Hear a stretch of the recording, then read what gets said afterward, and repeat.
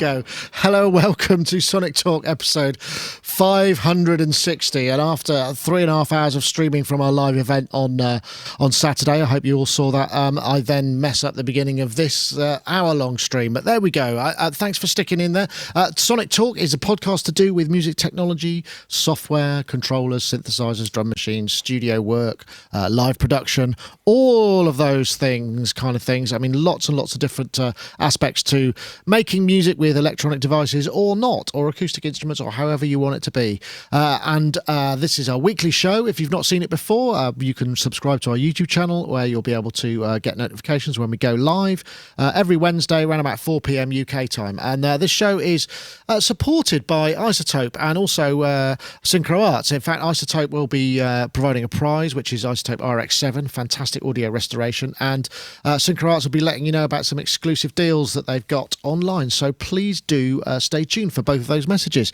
We will now introduce our artists. I'll start with you, Mr. Matthew Hodson, who I met in real life, IRL, which I'm using, it's apparently what the kids say, and you came down on Saturday, which was lovely to have you. How are you, Matt? I'm good. Like I said, I've just been nursing a cold, so I'm sort of back in action for the first time, so I'm glad I've made this. Yes, great to meet you as well on Saturday as well, Nick. And I was mentioning this before we went on air, but well done to you and the crew for putting on such a great event. And it was great to meet you. Everyone also behind Sonicstate as well, who you don't see necessarily here. You usually see Nick a lot, but also to meet Gaz and Ty and meet all the bands, and also everyone who hangs out in the chat rooms and things like that. Quite a few of you got talking to. So, yeah, it was a great event. Well done, Nick. And well, sure I wish I could take nice relaxing Sunday. I wish I could take all the credit, but sadly I can't. Well, no, great. I mean, it's great that I can't. Andy did a lot of work behind the scenes. It's sort of me and him put the thing together, and also Chris and the people at DBS Music. You know, fantastic. They provided crew, and they were really helpful. Without them, it would have been almost impossible to do, just because extra hands and bodies and stuff. But yeah, great fun. And for those of you perhaps wondering where it's all gone, we are now sort of going through, because there were talks in the afternoon. We got a talk from Dave Spears with his OB8 voice. We had Ty Unwin with his orchestral setup, which is well worth watching. We'll get that online as soon as we can as well. Also, Adrian Utley and Will Gregory. Will brought an MS-20, Adrian brought his Mini Moog, and then we obviously had the bands, Battery Operated Orchestra, and Chris Calcutt, who was really good, actually. So it's all going to be coming back online. We're just going to sweeten it up, because the thing about when you're doing it live, you don't always get everything quite right, and we can go back and finesse it a bit and get it sounding just so, and all of those things. So, yeah. Anyway, that's enough of that. Let's say hello also to Mr. Yoad Navo, who we haven't seen for ages. Yoad, of course, Waves developer. We'll be talking a little bit about it later. Also, producer, songwriter, mix engineer. Currently backed by what looks like a wall of platinum and gold discs there. Yeah, I'm here in my crib in Tel Aviv.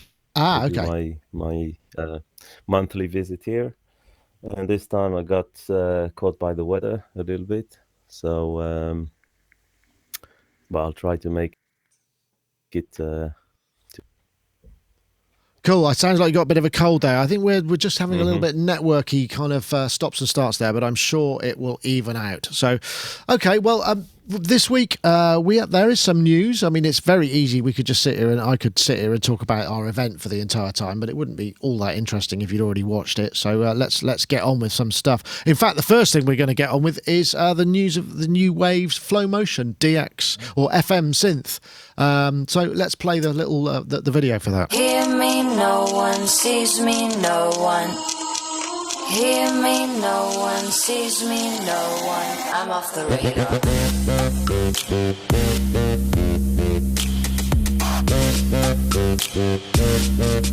So this is a new FM hybrid FM synth with FM and subtractive synthesis. Loads of 4 LFO, 16-step snapshot sequencer, built-in note arpeggiator, studio quality effects, NKS ready. Nice clean interface. Now, I recognise this artist. I'm pretty sure I saw her at WOMAD, but I can't remember the life of me what her name is. I know she's from Israel, I believe, but I'm sure Yoad will be able to fill me in. No one sees me, no one. off the radar. Yeah, so flow motion. Now, I'm going to come to you first, Yoad, because I'm suspecting that this is that thing that you keep saying you've been working on all the time you've been on the show you can't talk about. This is it, right? This is it, yeah. This has been in the making for the past 3.5 years or so, depending on who you ask. But yeah, we've been working really, really hard on that. And it's really exciting that it's finally got released, and we're really happy with how it came out. So tell me just quickly, who was the artist? I couldn't find it in the notes, and I did see her at WOMAD, and I thought, oh, it was really good. You know what? I should really know, and I can't remember. I do know, but I can't remember her name for the life of me right now. Someone will tell us. Hey, yeah. Chat room. Anybody can tell us. So tell us a bit about the flow motion then. What was it that kind of got you? Because your opinion is obviously a caveat. You're involved in it. So, but tell me what got you started on it. Basically, we wanted to, the FM synthesis has been always kind of a bit of a mystery. There are people who know how to operate the DX7 and people who don't. And I think the majority of people or producers these days, belong to the second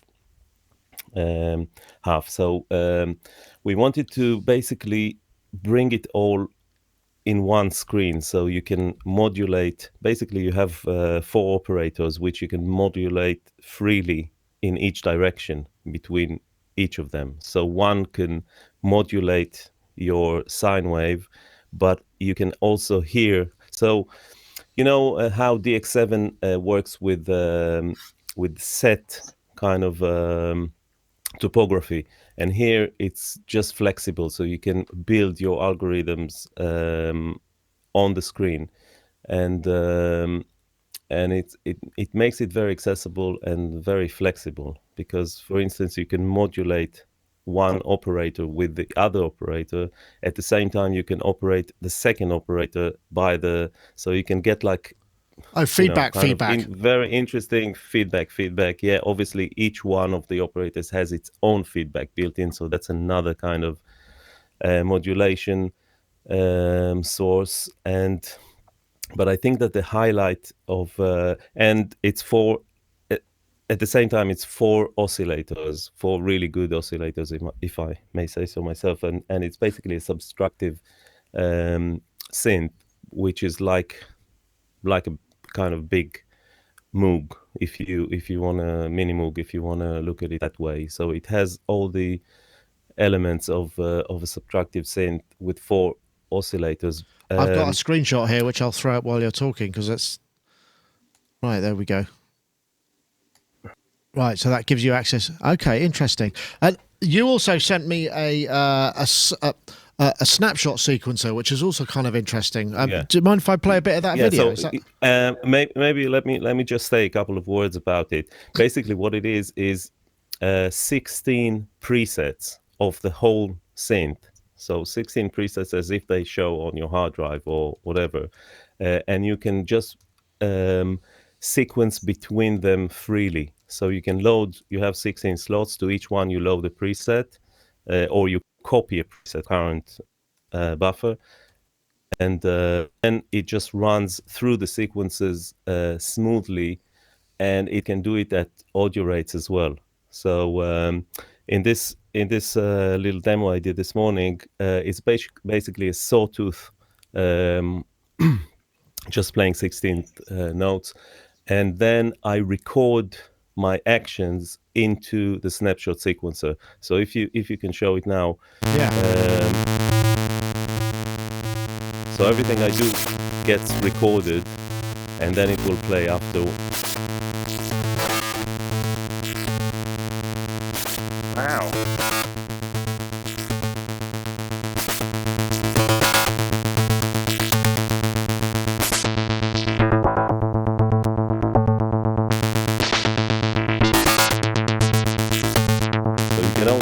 Basically record your effects, your envelopes, your LFO rates, whatever, in real time.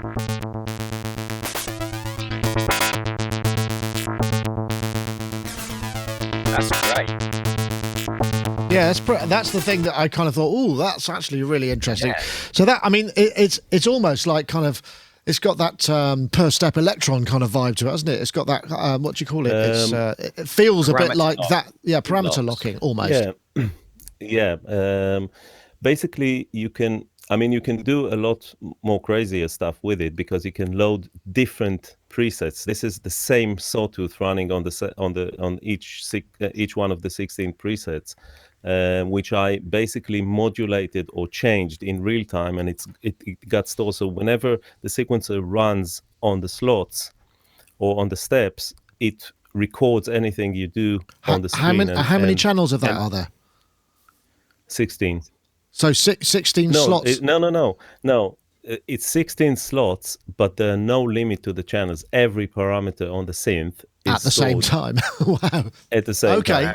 So basically, and then you basically go between the different presets. Now, if you change it in real time, you have a record mode. So everything you do on the screen will get recorded as soon as you're on that step, if you know what I mean. So if you make a continuous move on the filter, say, it will program the 16 presets that's been playing to that cutoff range or whatever parameter you move on the screen. And but that's one way of working with it. The other way is to just load presets from your menu and populate each one of the steps with a different preset.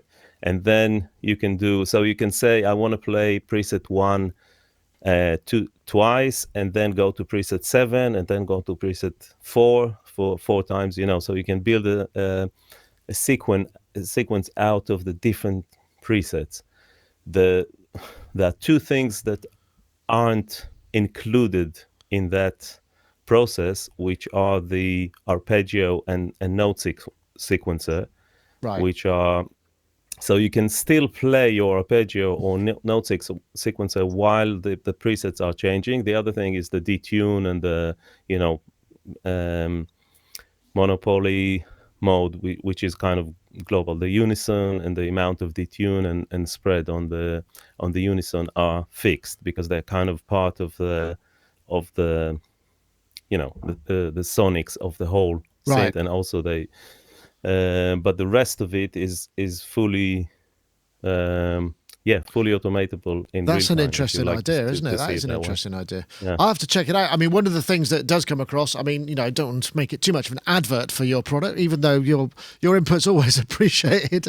It's actually on offer, isn't it? It's like 39 quid at the moment, or $39. So it looks like a bit of a deal, down from 99. Yeah, that does. I know, Matt, you do a lot of FM with your actual, we've talked about FM on your side of things. You do that with your system, but this looks like it could be pretty cool for extending that range a little bit. Absolutely. And I think one of the things about FM synthesis is the learning curve on it. When I first started using FM synths, I didn't really know what was going on.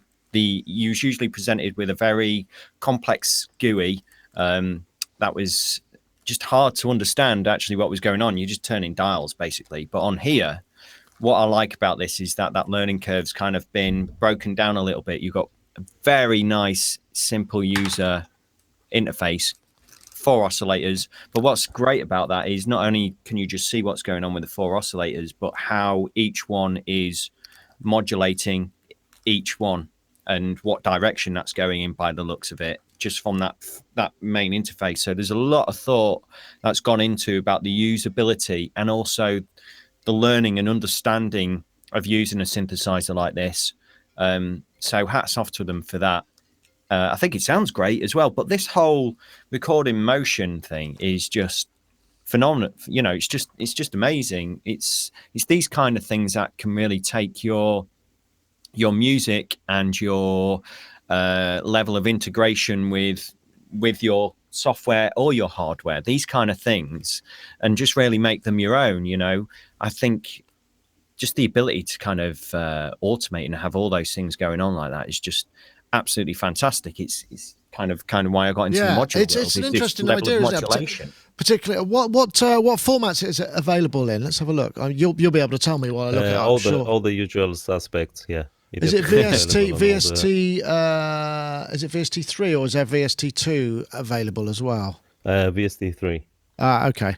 I was just going to say we've got another topic there where it would be very interesting to load that in, but I think that only works with VST2. But okay, cool. You can get that now.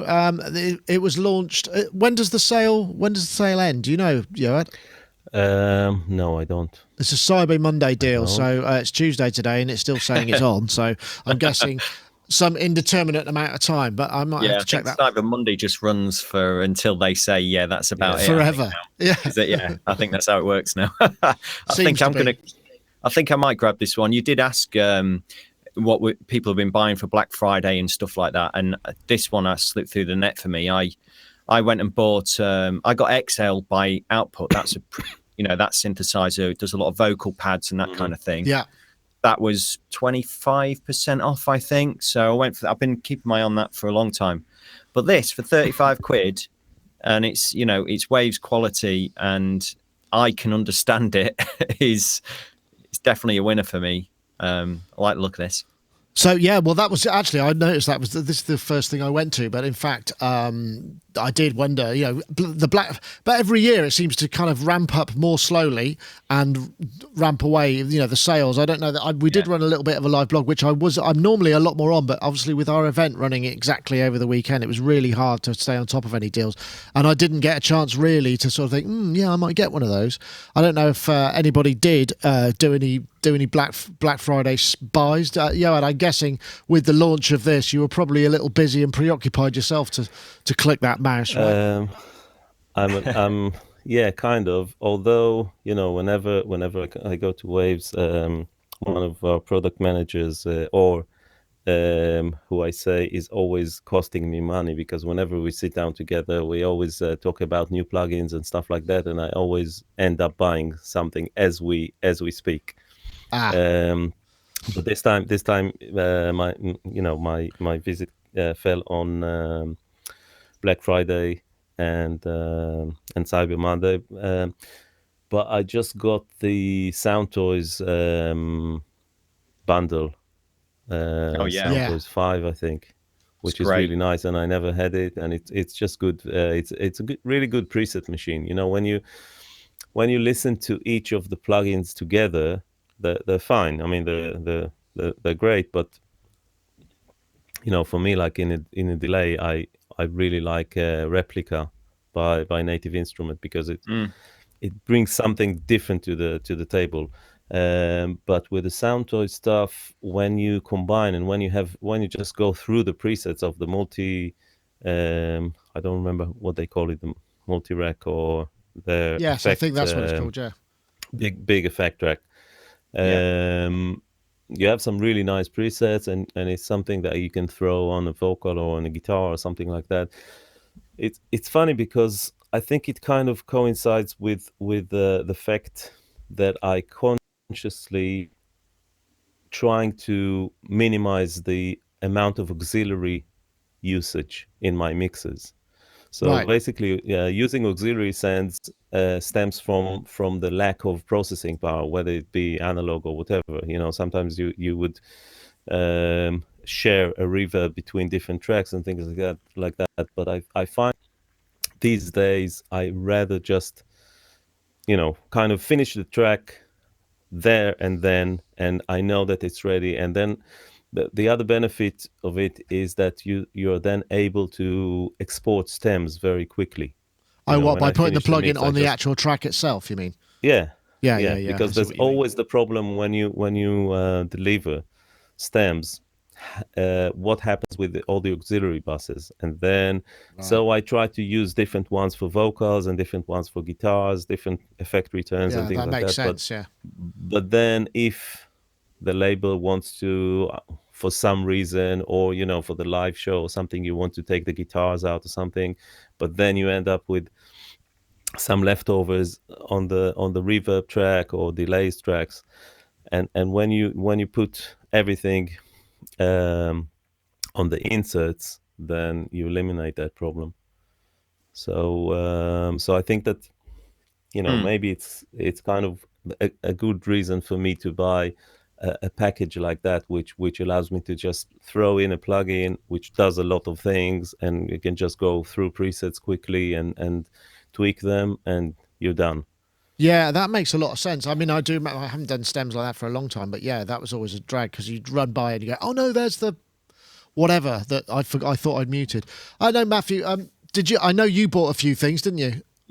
Yeah. So as I mentioned, the XL by Output. Yeah. Just a really great contact player thing. Does vocal loops. I got it as well. Melody. You got that, yeah.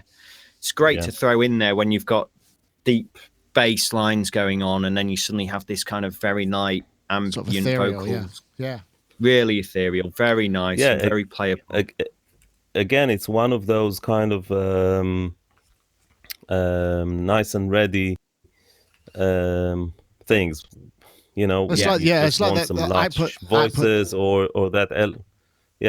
Output does that stuff. Definitely. Yeah, they have a really nice soundscape to all their products. Actually, I'm feeling a bit left out. I didn't really do anything, so I kind of I need to find. Yeah, but you get new gear. You get new gear all the time. Well, I have got what I've got here for review. The next thing that's in the channel, as it were, for me to look at is this. The Erebus 3, which I have to say, on initial inspection, has that Erebus thing going on, and some. So that's going to be a lot of fun to look at. Obviously, we just did the Roland AX Edge. I have to be careful because I can't remember whether any of the stuff that we've filmed has got a deadline or anything. So I should probably shut up about that. I came away with this from Bristol. Oh, did you? I popped into their modular shop. Elevator Sounds, I think it was. Great bunch in there. And he was playing around with this, and he was running the drum brute through it. And this is just cracking. It's by Otto Biscuit. Yeah. Chris Calcutt used it on his set. He did. He had it in the car, and I was asking about it, and the guy just happened to be playing with this in the shop. And it's stereo in and out. You've got a sidechain as well, because it does compression. It's got 3 different types of distortion, 2 different filters. It does gating. Wow. And what was really nice about this was he was running things like kick drums through it, and you wasn't losing that low end. In fact, it was just adding more punch, more character. The way it played around with the transients on the compression was really good. You've got presets on it as well, and the sidechain input. And I was just sonically blown away by it. Because I've been looking for something like this for a while. It's supposed to be. It's got a similar vibe to the Electron Heat, but more extreme. Yes. I think. Yeah, that's what I've been told. Yeah, absolutely. Can you fit it in a Euro rack? No. It's a bit too big. But to be honest, all of my effects are guitar pedals. I mean, I've got the Strymon and Eventide stuff here. And when I go out and play live, the idea is I close one of these cases and I stuff the guitar pedals in my bag. And that's me playing live, basically. Cool. So it's a shame, though. I wonder, maybe he's thinking about getting into the modular world, the guy who makes these. I think they're made on pretty small runs, though. But who knows? Yeah, I know Robbie's really keen on the Otto stuff. He uses Otto Biscuit and stuff. But speaking of sales, this is a great segue. What do you think about this? We can run this little ad for Synchro Arts.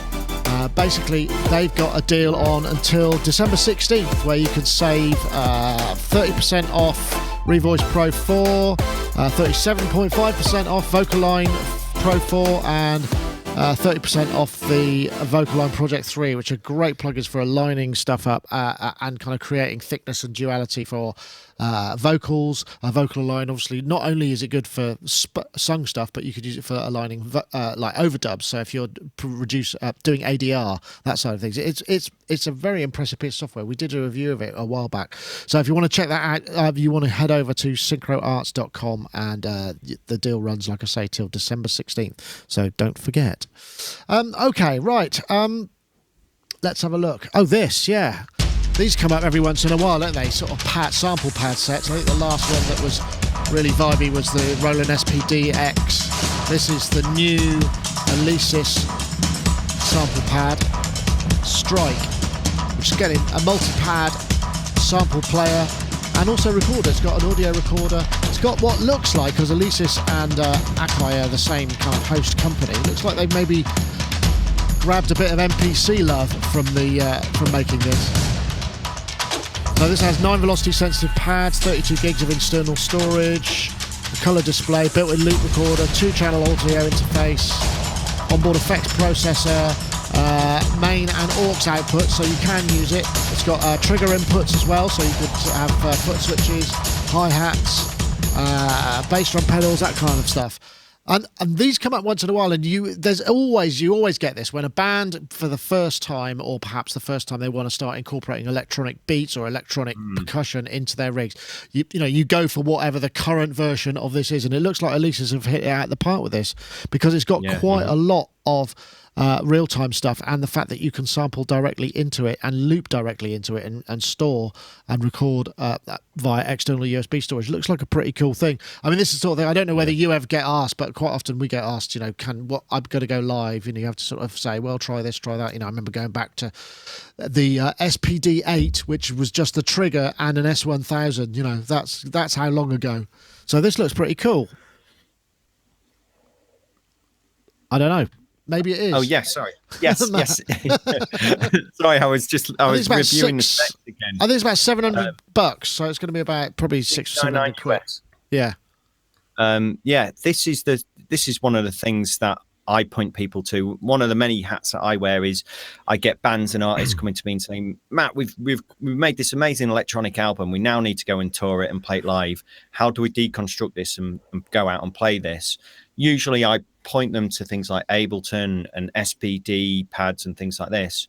But this almost negates the need for a laptop. Once you've got things loaded into this, which you can just do via USB, a USB key, load your samples into. You can play stems, you can trigger stems. You're just ready to go. You've got your stems, you've got your looping, you've got effects in there. Did you also know the lights on the pad? So on each pad, you've got a light strip, which you can change the color, but it actually also will play along like you get your clip in Ableton. So when it gets to the end of the loop, it goes back to the beginning. So you can visually see where you are with each loop on the pad. That's neat. No, I didn't. That's a neat one. That's a really good idea. Just little things like that is just, I think, just makes performance things. It just allows you to relate to things a lot more. You're hitting stuff away and you're like, oh, where are we? Are we on the first bar, the second bar, whatever? Visually see these things. Or you can change them actually to have them as visual LED. So if you've got a drum loop playing, you can actually see the transients kind of. Oh, really? Oh, neat. Yeah. I didn't check that. You've obviously done a lot more research than I have. So, well, good on you, Matt. But that sort of thing, like I say, is really, really useful, because there's nothing worse. And also there was a mode on the pads where you can start a loop or stop it. So it's got a sort of on-off. So that's going to be really helpful, because there's that awful moment where, you go, oops, and you got 8 bars and it's out of time. Or maybe you haven't, maybe got a bar and it's out of time, so you can get it and hit it next time rather than have it looping around. So that could be pretty useful. Really cool. So you got toggle on and off, looping. I mean, it's a big step up. Alesis do all sorts of drum pads, don't they? We use the little sample pad 4 when we play live. This is such a big step up from it. And I know a lot of percussionists and music producers out there, a lot of them on my course, actually. This is definitely going to be very attractive to them. It's a higher price, but like I say, it negates the need for taking out that powerful laptop on the road. Once you've got everything loaded. And it's a sound card as well. Yeah, oh, that's true. It's a sound card as well. That could be pretty handy. And one thing I did notice is you can also program the pads to be specific shortcuts, not just sample triggers. They can do stuff like initiate a loop recording or reset or tap tempo, that kind of stuff, which I guess you could use for tap delay time and stuff. This looks good. I mean, there is usually only, like you say, I'm trying to think what it is. It's usually the Roland stuff, isn't it? Or sometimes you see the Yamaha pads, but these things, lots of people use this stuff. Yeah, well, Alesis have always been good with the drum sounds, from the days of the D4, which was a really, really cool piece of gear, because, it allows you to have 8 triggers, and it translated them pretty well to MIDI, pretty quick, and the sounds were good as well. So I'm quite curious to hear the actual sounds, but it looks like it's built with the kind of push to sort of school, which is nice. It's quite modern. It looks solid, and I would really like to try it, definitely. I think the thing that'd be interesting also is to see, what the MIDI capabilities are with it. Because I mean, obviously, with all those external triggers, if you can have foot switches and all kinds of stuff. Yeah, you can have 3 dual triggers, which is really great because you can have hi-hat and 2 snares, or ride and snare and hat. And I'm actually debating whether I still want to keep my my full kit, or whether to go for something like that. And I was looking at some drum pads, but this seems like a really good way to go, because you can keep your cymbals and hi-hat and just use that for kick, snare, and toms or something like that. And you can have a bass drum pedal, going into it. So it's a little compact really electronic busking kit. The only problem is you have with that is then you need to carry this massive, great drum monitor wedge along with you so you can hear all your stuff the way you like it. No, I'm talking about studio work. For sometimes when I do writing sessions, I don't necessarily use the live drums, even though it's nice to just step into the live room and they're all mic'd up and connected, and to just go in and do a take and edit bits of it. But I think that this is pretty neat because you can have it just here, and you can get a vibe on your drums. That's an interesting point. I mean, because obviously having your own studio, you would have a mic'd kit set up, but it must be quite difficult to. Well, I mean, not quite difficult, but I mean, if it's the same kit and the same mics, and the point of having it set up is so that you don't have to set it up each time, doesn't it end up sounding largely the same each time, unless you kind of retune the drums or move the mics or? Yeah, I mean, it's quite useful because sometimes I would just go in and record. I have a nice set of hats and cymbals, which I really like the sound of anyway. And if I was a proper drummer, I would have those anyway and would have my sound. You know what I mean? So I'm kind of okay with that. But when I need different types of rooms, I go to other studios, and that's why I'm considering not having a drum kit altogether, but having something like that. Right. Because I think it's quite. I suppose useful. You could always, and the thing is, then you have just here. Yeah, I mean, you can also always reamp it. If you're going to a place and you've got a nice room, just send it out into the room and mic the room up. I mean, we've talked about that before, haven't we? Yeah, but it never sounds. You can never get it. It almost makes more sense to and IR, because then by doing that with a sweep rather than transient stuff on the speakers, which will distort and change the phase and it's much easier for a speaker to play back a sine wave a drum hit. Right, so you just get and then a if reflection. You capture the room, then you can use convolution reverb it never sounds right when you reamp drums, because it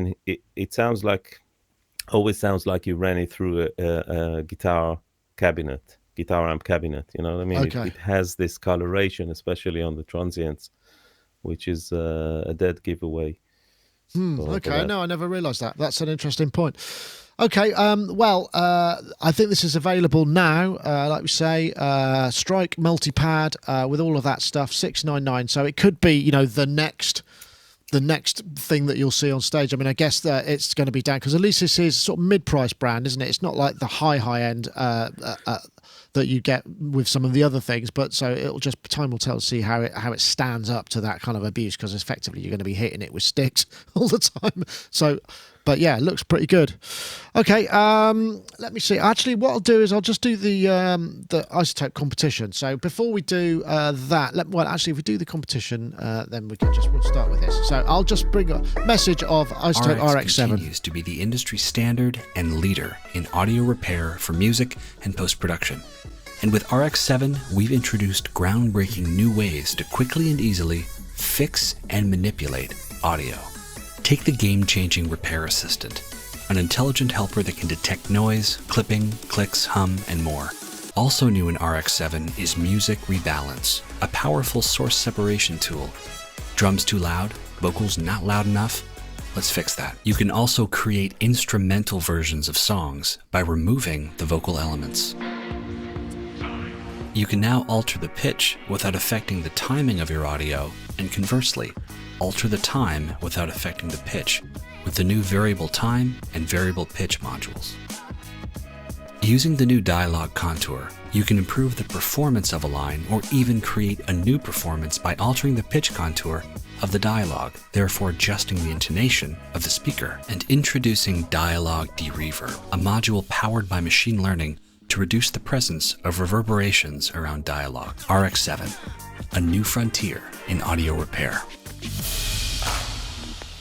And you can check that out over at iZotope.com. And we have a competition for this week. We're looking for the hashtag repair-edit. I was going to make it repair and edit, and then I checked quickly whether or not the ampersand was an allowable hashtag character, and it's not. So therefore it's repair-edit and the hashtag repair RX7. So the hashtag repair-edit, the hashtag RX7 to @Sonicstate and @iZotope Inc. on Twitter. So at iZotope Inc., @Sonicstate, hashtag repair-edit and the hashtag RX7. You'll be entered to win a copy of iZotope's RX7. In fact, we have a winner for last week, and that is, let me see, this person called Nan State, Nan_State. Magic Audio Fixer is for me this week, RX7 from iZotope. And yes, so you did actually win. So congratulations. If you want to get in touch, you have won a copy of iZotope's RX7, and we'll get them on the case to send it over to you as soon as you let us know what your email and all of that business is. So that's awesome. Right, okay, let's get back onto this. This might tie in another interesting topic. This is, again, VCV Rack, which is a perennial kind of, keeps coming back because they keep just improving it and they keep adding things. And they've just added something called VST Host. VST plugins. So it's really a fascinating concept, this. So you can now load a module which will load a VST host, and then you can also run up to 16 MIDI controls in there from CVs or from other modules such as LFOs, which is what they're doing here. They're running, I think that looks like Arturia SEM, VSEM. I'll turn it up a bit so you can hear. So this is all part of a VCV Rack patch.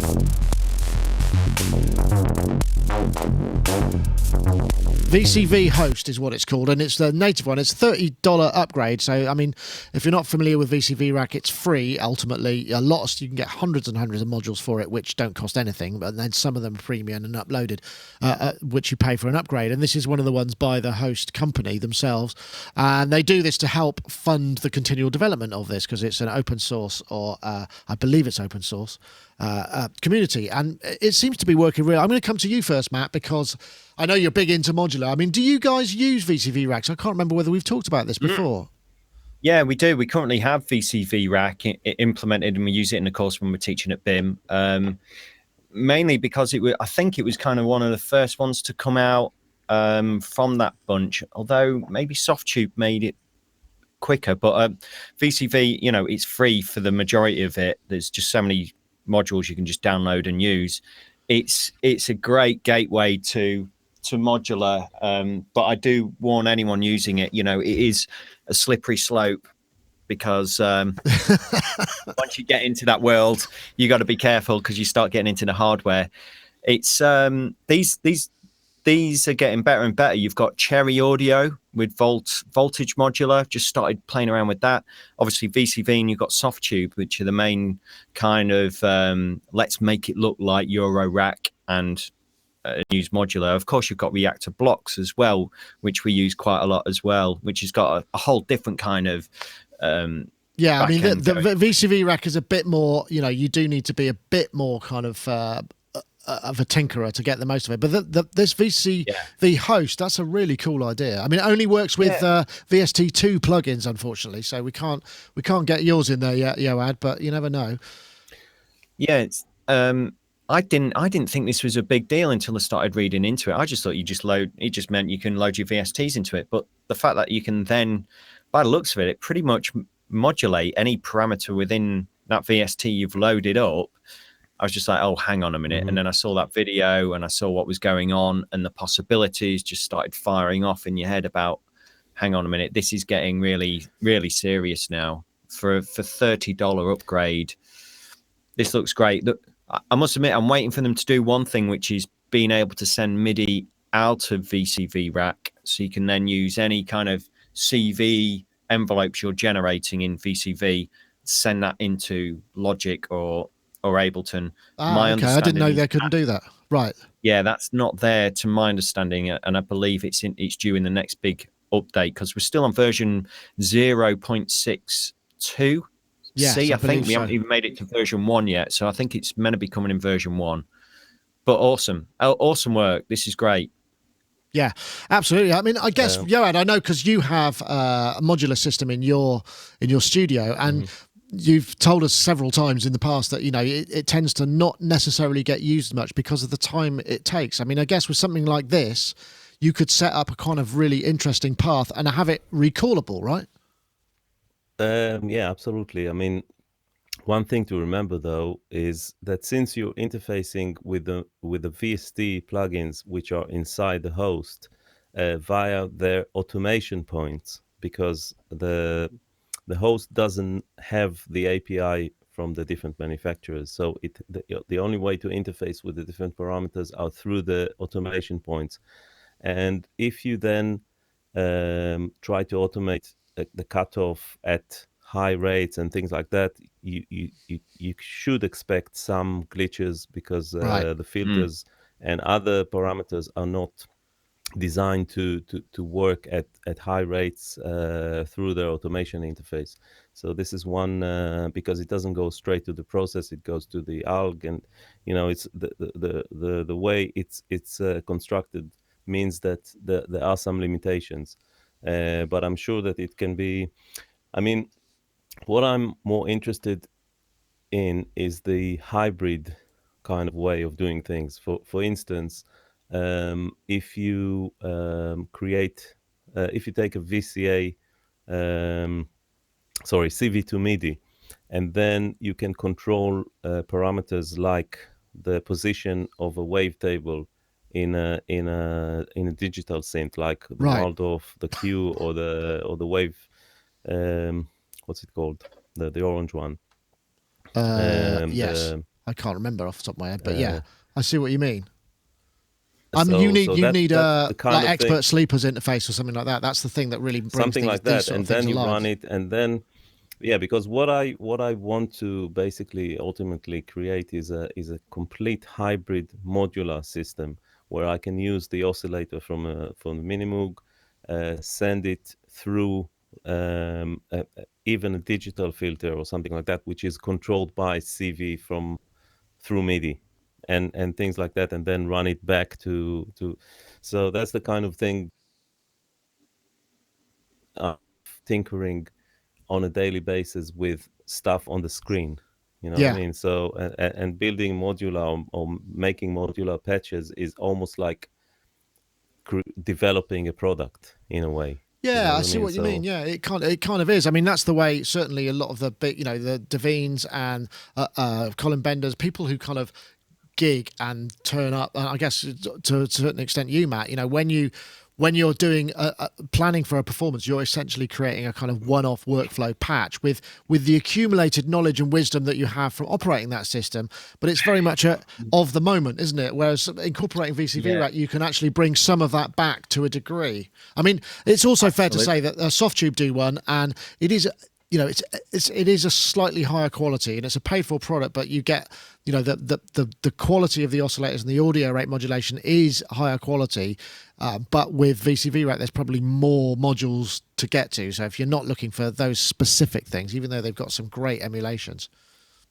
Yeah, just going back to this point about, you know, when you go out and play live, you're making a one-off performance, and that's it.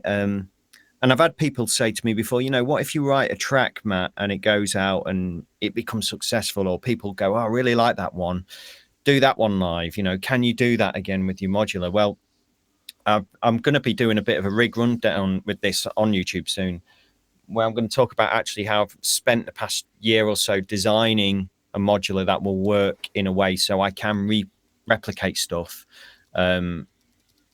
which I won't go into it now because just so much to go through. But I figured out a way so I can go and reproduce stuff live. It might not be the same oscillators, but the same note, pitch, length, tempo, gate, all of that information is retained. If you've got that information, you can essentially then send it out to different oscillators. You'll get different timbres and slightly different timing and what have you. But it's a ton easier just using a laptop with VCV Rack in it, but it defeats the point for me of the moment. Tangible moment and that kind of. But then the other hand, I've done a lot of local gigs, and yes, I do sometimes really enjoy just pulling it apart, putting in some modules that I haven't really thought about using together, and yes, making a 30 to 45 minute one-off piece. It can still be recorded and multi-tracked, and you can record it at the time and release it. So if you've got a computer there anyway, I suppose that's the it's like... I've been there, I've done that. The other thing is I've performed with computers before on stage, and there's nothing like playing with your instrument, and I see this as an instrument as much as your guitar, and I can go off on a big rant and tangent about this one, but I definitely come off stage feeling like I've given something to that audience and that they've connected with it by using hardware. Yeah, I know. I totally agree. I mean, I feel the same way, and I think it's a school, isn't it? I don't know what sort of school, doorless jamming and doorless kind of performance has become a bit of a thing, hasn't it? It's become a bit of a millennial curse to a degree, but it actually is there for a reason. It's not just said big. It's not people being trendy. There is actually, you get a visceral pleasure out of it, which I'm sure you get if you're using computers as well. But there's just the non-repeatability. It depends what you're doing. If you are Lady Gaga, you're not going to go and try and replicate your live setup with a modular system and tour that, because every night would be different, and that's not necessarily what the people who are buying the tickets want. Whereas if you're Colin Benders or Matt or whatever, you do want something a bit different every time, so you know what you're getting. So it's tools for the job and all that.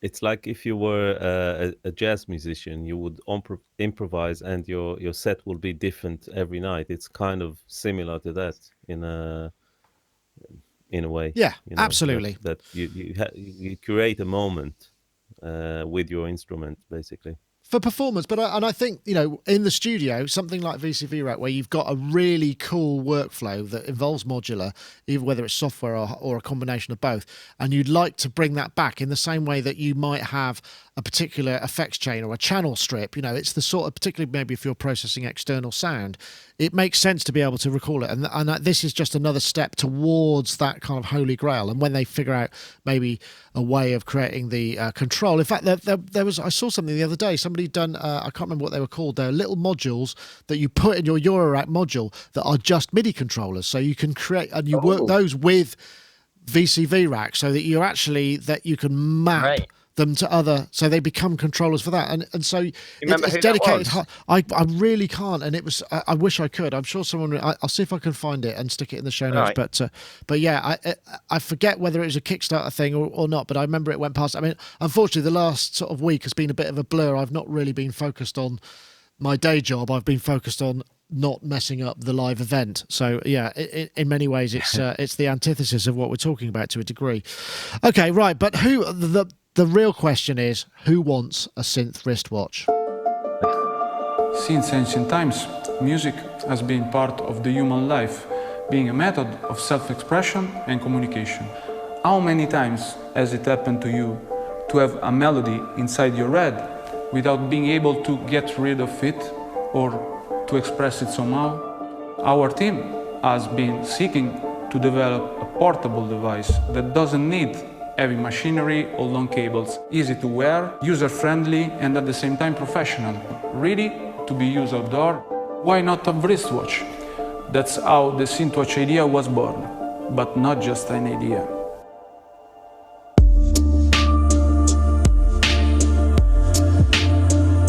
And there it is.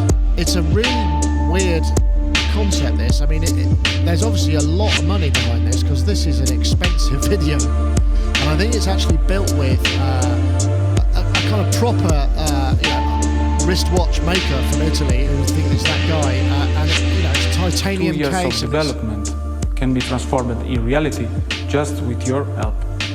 The Synth Watch is a portable synthesizer that allows you to express yourself in every moment of your life. Yeah, I mean, this is it. And then when you see it and you think, actually, isn't that just like an Apple Watch? Couldn't you do that with an Apple Watch? Or there are it's a really interesting. I remember, Matt, I sent this to you, and you just said, "Is this an April Fool's?" But obviously, it's not April, and it's a bizarre. It's kind of, it feels like somebody who's obviously feels really passionate about it. This is the Audio World Synth Watch. It's the world's first wristwatch synthesizer, which I'm not entirely sure is true, because I'm fairly sure Casio did a little digital synth thing a long time ago, so I'm not sure that's entirely true. They're not quite there yet. They've got 34 days to go, and they need 67 grand, and they're at 484 quid, which has actually gone up quite a bit since this afternoon. So maybe it'll pick up as a sort of thing, because I guess the thing about watches is there's a thing, isn't there, with posh watches that just, there's a whole strata of people that will buy novelty and beautifully built things because that's just the way they roll. As a synthesizer user, I'm not quite sure that this is going to deliver the creative experience that perhaps it promises, but it's a weird idea, isn't it? A weird idea. It's an interesting one, and look, we need people like this in the world who are making these things and putting these ideas into reality. We do, so thank you for doing that. But the whole kind of premise is what they're selling it on is, you've got a melody in your head, you can't get rid of it, you want to express it somehow, you want to capture it, and then you can work on it later. I mean, that happens to me quite a lot, but I'll sing it into my phone. I'll just do that, and then I'll work on it when I get home or whatever. I've got an Apple Watch. I wear it when I remember to charge it up, and to my knowledge, there isn't any apps that there's your voice notes thing on it, isn't there? There's voice notes, but there's not any sort of keyboard on it, and I think the reason for that is just because it's so small. I mean, this is bigger than an Apple Watch. I was playing. I mean, there is a video, and it's not really. Yeah, it's not quite grabbing me, that. It's not sonically kind of quite grabbing. It feels a bit unkind to be so sort of dismissive of it. But I mean, it feels like maybe they've gone a bit early with that video, and they could have got something a bit more grabbing. Yeah. Show us a video that shows more functionality, and this might be over it. And I don't know if you know, it looks like there's an app that goes with this as well, which expands that functionality, which is great. But then why don't you use the app? Just use the app, that's all. Look, I hope this is going to be brilliant, and I hope it does get off the ground, because there's a lot of things that if they get 100,000 or 200,000 or a million, there's a lot of different things that they're going to unlock as they go through this project, as you back it. So I hope they reach it. I hope they get this, and I hope it's absolutely brilliant. But I just can't see me gravitating to this. No, perhaps not. I don't know. This does feel like a very much of a novelty. It is almost like a kind of jokey topic. But I mean, there's money behind this. There is money.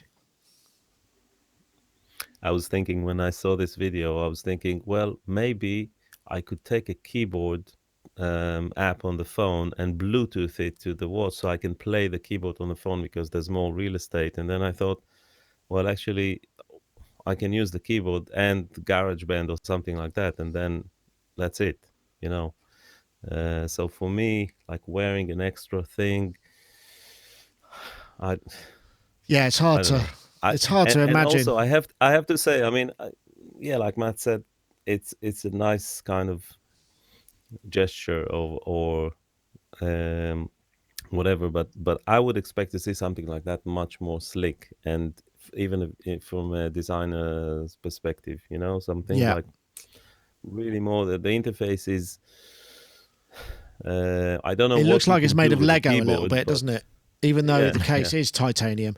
It's really interesting. I mean, a couple of people have gone for it. It's 450 odd euros. It's not a cheap thing. And So they need, even at 4, I mean, they're not offering that many, but they need to basically sell about 150 to get to their 67 grand. So it's not a massive number, but even that I think might be a bit of a stretch, which is a sad thing because the guy seems really genuine and really passionate about it, and obviously has pulled a team together to make, an expensive video and got all of this stuff together. It's a well-launched Kickstarter.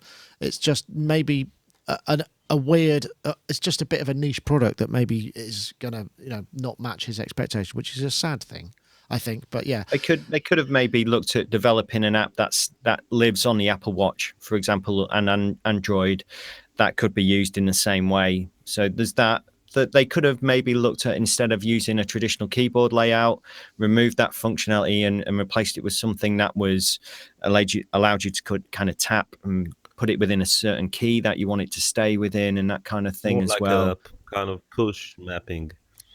Yeah, like push. Or do you remember the reason? Do you remember the Propeller app that came out not so long ago on iOS, and you just kind of had circles and you just tapped on it and it in key, and it was just a very quick way to just jam out ideas, very intuitive and very in keeping with the size of the device that you was using, like a phone or a tablet. And I thought they've nailed it there. That's the way to do it. And I'm just thought that they could maybe have looked at that as an interface here again. I'm desperately trying to find this thing. Sorry, you here we go. Now, you found it. That was it. Korg wristwatch with mini keys. I don't know if this is a mock-up or whether Korg watches on eBay. I'm going to look at this. Is this true? Korg watch. They look like super tiny keys, or what? Best match. Oh wow, not newly listed. Advanced. Oh, I can't remember the thing. I'm sure I'd seen one, but I don't know whether it's a real thing. You kind of want like the glove. Do you remember what Nintendo did? The whole glove with the gamepad on it and all that kind of thing. That always looked really cool to me. That's what I could imagine you'd really want for something like this. If you're really serious on the fly. Exactly. You need more real estate. You need more a bigger kind of play area, basically, in order to be able to perform in any way. Even to, imagine how long it will take you on that thing to put the notes of your idea in. Or you could just singing it in and then have something that can convert your mumblings into like pitch to MIDI. That'd be excellent. With a little synth. Because I mean, you could interface that then with Logic or whatever, and use that as an actual MIDI controller by sort of singing into your watch and it converting it to MIDI in real time. That'd be ace. I'm desperate. I'm sure that was a thing. What does it say? Which one are you looking for? The Korg. There's no, that's somebody just something. I'm sure maybe that's the thing that I'm looking at, and that's what I was thinking there was. Maybe there has not been another synth. I'm fairly sure that there was a VL Tone watch or something like that. I'm just kind of, anyway, maybe not. It was played with a toothpick. Yeah, that rings a bell. So it was like a mini stylophone type watch. Okay. I'm probably looking for something that doesn't exist. Anyway, I thought it was a bit of fun to end on, and I do wish them well. I mean, we're not trying to ridicule them, but it may be that they need to rethink some of the aspects of it to kind of get more people on board, because it's, like I said, there's a lot of stuff. Right. Thanks, guys. That was great fun. Thanks for joining us, and thank you for joining us as well, Yoad. I know you've been feeling a bit under the weather, and you've had your product launch and everything, and I hope it goes well, and congratulations, and all of those good things. Thank you for joining us. We'll see you again sometime soon. I very much hope so. See you later. And also, Matt, thanks for joining us. Lovely to meet you in real life, where I discovered that you were actually much taller than I suspected. I had a mental image in my mind that we were of a similar height, but you're a very tall chap. So, yeah, sorry about that. That's all right. I could live with that disappointment. No, great to meet you too, and well done again. And I hope you can have a much more relaxed weekend this weekend. I believe so, although we've just acquired a garage, so I suspect I'm going to be spending the weekend filling it with all the crap from my house, which means we can have more crap in the house because it'll all have gone. So it'll just be, and then from the garage it'll go somewhere, maybe to a shed. I'll probably empty the shed into the garage and empty and then it'll be. I can hear a show title in there somewhere. garage, shed, empty the shed, garage. Yeah, I'm not quite sure. Well, there's house music, there's garage music, there's carport music. I'm not sure if we've had shed yet, have we? There must be. Shed music. Anyway, don't forget, actually, I should remember to mention, don't forget, if you want to win a copy of iZotope's RX7, we're looking for the hashtag repair-edit and the hashtag RX7 to @Sonicstate and @iZotope Inc. And also, don't forget, synchroarts.com for your... I've got to try and find it now. Let me see. SynchroArts. Yeah, synchroarts.com. Lots of deals available on SynchroArts. Big savings. So if you're interested in any of those products, head on over and tell them we sent you if there's any chance that they could do that, because it makes us look good. Anyway, that's it for this week. Thank you very much, everybody, for joining us. We'll see you next time. Take care, everybody.